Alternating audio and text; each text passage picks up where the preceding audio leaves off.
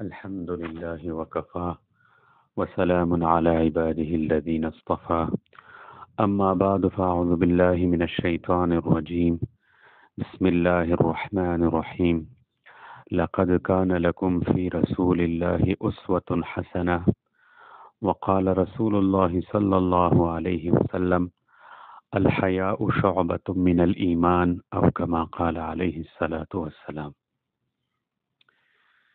میرے محترم بھائیوں، دوستوں اور عزیزوں، نبی پاک صلی اللہ علیہ وسلم کی ایک حدیث مبارکہ کی تلاوت فرمائی۔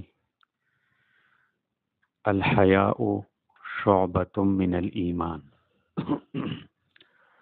حیا ایمان کا شعبہ ہے۔ مومن با حیا ہوتا ہے، اس کی زندگی پاکیزہ ہوتی ہے، عفیف زندگی ہوتی ہے، پاک دامنی والی زندگی ہوتی ہے۔ اسی وجہ سے اللہ رب العزت کی اس پر خصوصی رحمتی ہوتی ہے۔ گویا نبی کریم صلی اللہ علیہ وسلم نے حیا کی اتنی تعلیم دی کہ اسے ایمان کا شعبہ قرار دیا۔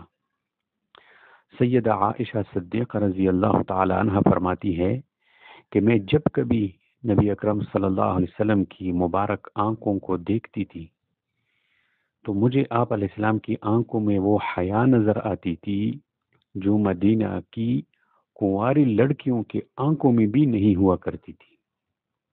یہ عالم تھا نبی کریم صلی اللہ علیہ وسلم کے شرم و حیا کا۔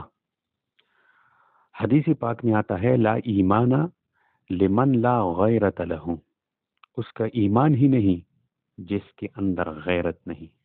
گویا مومن غیور ہوتا ہے۔ غیور کا کیا مطلب؟ غیور کا مطلب یہ ہے کہ وہ بے حیائی اور فحش کاموں سے دور رہتا ہے۔ ایسا انسان گناہوں سے پاک ایسی زندگی گزارتا ہے کہ غیرت اس کا اوڑھنا بچھونا بن جاتی ہے۔ چنانچہ حدیث پاک میں آتا ہے الغیرت من الایمان، غیرت ایمان کا حصہ ہے۔ نبی اکرم صلی اللہ علیہ وسلم نے ارشاد فرمایا انا اغیر ولد آدم، کہ آدم کی جتنی اولاد ہے میں ان میں سے سب سے زیادہ غیرت مند ہوں۔ واللہ اغیر منی، اور اللہ رب العزت مجھ سے بھی زیادہ غیرت والا ہے۔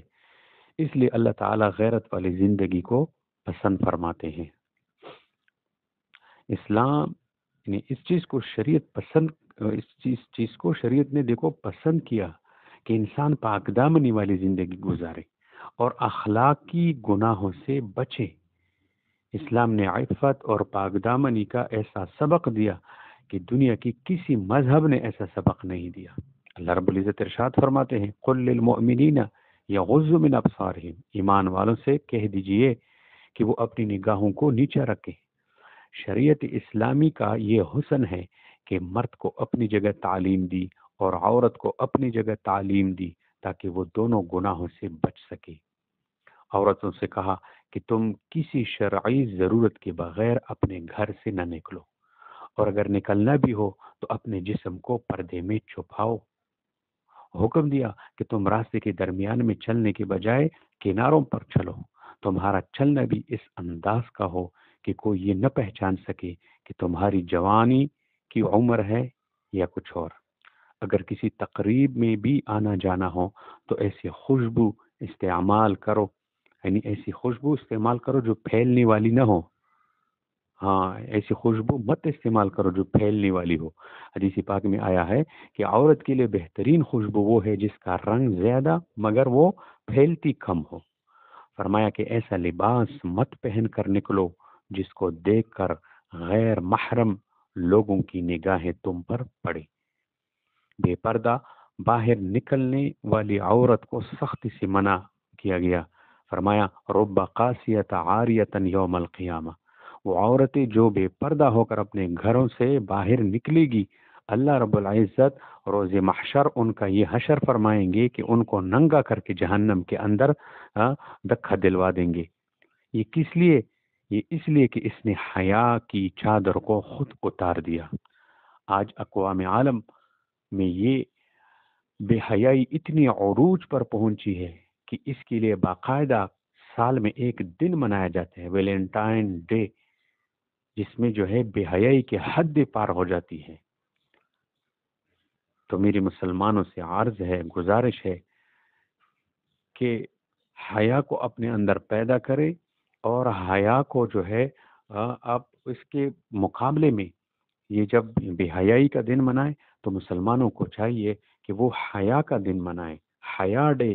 ہاں، اس دن جو ہے حیا کی جو ہے عزت کو بیان کیا جائے، اور حیا کے اوپر جو ہے بتایا جائے، اسی طرح جو ہے پرچار کیا جائے حیا کے بارے میں، تاکہ لوگوں کو پتہ چلے کہ حیا کتنی ضروری ہے اور بے حیائی کی کتنی نقصانات ہے۔ اللہ تبارک و تعالیٰ سے دعا کریں گے کہ اللہ تبارک و تعالیٰ ہمیں بے حیائی سے جو ہے بچائے، ہمارے مردوں کو بھی اور ہمارے عورتوں کو بھی اللہ تبارک و تعالیٰ بے حیائی اور بے حیائی والے کاموں سے ہم کو اللہ پاک دور رکھے۔ وآخر دعوانا الحمد للہ رب العالمین۔